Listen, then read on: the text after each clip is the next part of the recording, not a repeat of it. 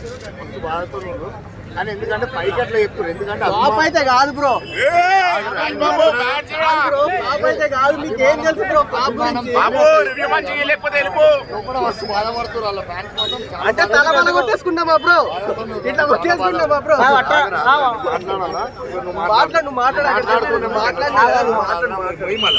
ఏంటి భయ్ తల బల కొట్టేసుకున్నాయి అదే కామన్ ఆయన ఎప్పుడు ఫైట్ చేసేది అదే ఫైట్ డ్యాన్స్ మాత్రం చాలా బాగుంది డ్యాన్స్ మాత్రం చాలా బాగుంది సినిమా ఫ్లాప్ అన్న దేనికోసం ఫ్లాప్ అన్న స్టోరీ దమ్ము లేదు కదా భయ్యా అజ్ఞాత వరకు అత్మానం ఉంది అరే నగేశ్వర్కి దమ్ము లేదంట ఎలక్షన్లో ఏం లేదు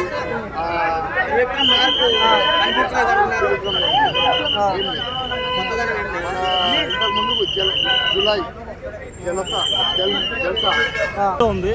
మహేష్ చించి పారేసిండు అసలు మహేష్ బాబు గారి ఎనర్జీ ఎలా ఉంది సినిమాలో? Excellent, extraordinary. Just 25 years man లాగా చేస్తున్నాడు అసలు. ఆ డ్యాన్స్ అది అబ్బా, ఆ గుంటూరు కైలాస్ సాంగ్ ఏది, ఆ సాంగ్ అయితే హైలైట్.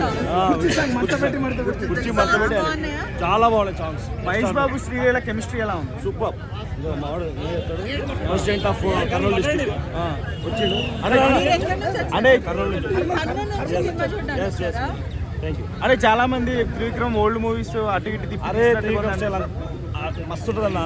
అంటే ఫ్యామిలీ డ్రామాతో పాటు యాక్షన్ ఎవ్రీథింగ్ మహేష్ ప్లస్ అయ్యింది సినిమాకి.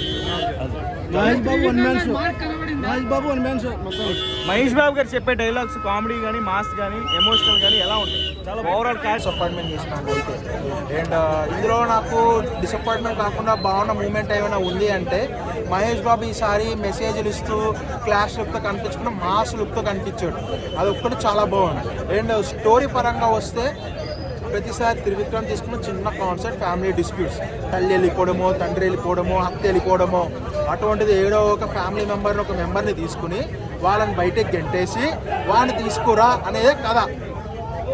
ఇదే కథని తీసుకుని త్రివిక్రమ్ చేసుకుంటే పోనీ అదే కథని తీసుకుంటే త్రివిక్రమ్ రైటింగ్ ఎలా ఉంటుందంటే చూసినా మళ్ళీ చూడాలనిపించేలా రాస్తారు. కానీ అలా రాయలా.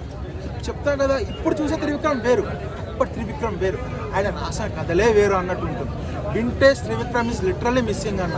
మహేష్ బాబు మాసి డ్యాన్స్ మాసి స్టెప్స్ వేస్తుంటే అక్కడ తమన్నా మ్యూజియం ఏమో ఇలా ఉంది చెప్తాగా. అంటే మ్యూజిక్ వర్కౌట్ కాలా అండ్ స్టోరీ వాయిస్ కూడా పెద్దగా గొప్పగా ఏం లేదు. ఫ్రాంక్గా పాజిటివ్ చెప్పాలి అంటే సినిమాని కథని మర్చిపోయి కాసేపు వెళ్ళి మహేష్ బాబుని చూసి వచ్చేయండి అన్న. అదొక్కడే సినిమా మొత్తంలో పాజిటివ్ ఒక్కడే, మహేష్ బాబు యాక్టింగ్, ఆయన డాన్స్, అంతే. ఆయన మించి ఇంకోటి పాజిటివ్నెస్ అంటూ ఇంకోటి అంటే ఏం కనిపించట్లేదు మన సినిమాలో. అండ్ ఫ్యాన్స్ ఇంకా డిసప్పాయింట్మెంట్ ఏంటంటే రాజమౌళితో సినిమా ఉంది, అది ఎప్పటికి వస్తుందో నాకు తెలియదు. అది వచ్చేప్పుడు మీరుంటా నేనుంటాం కూడా తెలియదు. సో అప్పటి వరకు ఫ్యాన్స్ వెయిట్ చేయాలి. సో దాని బదులు ఒక మంచి సినిమా చూద్దాము అనే కోరికని త్రివిక్రమ్ వాళ్ళకి కరెక్ట్గా ఫుల్ఫిల్ చేయలేకపోయాడు. ఒక డిసప్పాయింట్మెంట్ అయితే వాళ్ళకు ఉంటుంది. సినిమా మొత్తం మీద పెట్టి యాక్టింగ్ మీద పెట్టి కొద్దిగా మంచి స్టోరీ సెలెక్ట్ చేసుకోమండి శ్రీలీలకి, బెస్ట్ అది. ఫైనల్ రేటింగ్ ఎంత ఇస్తామని?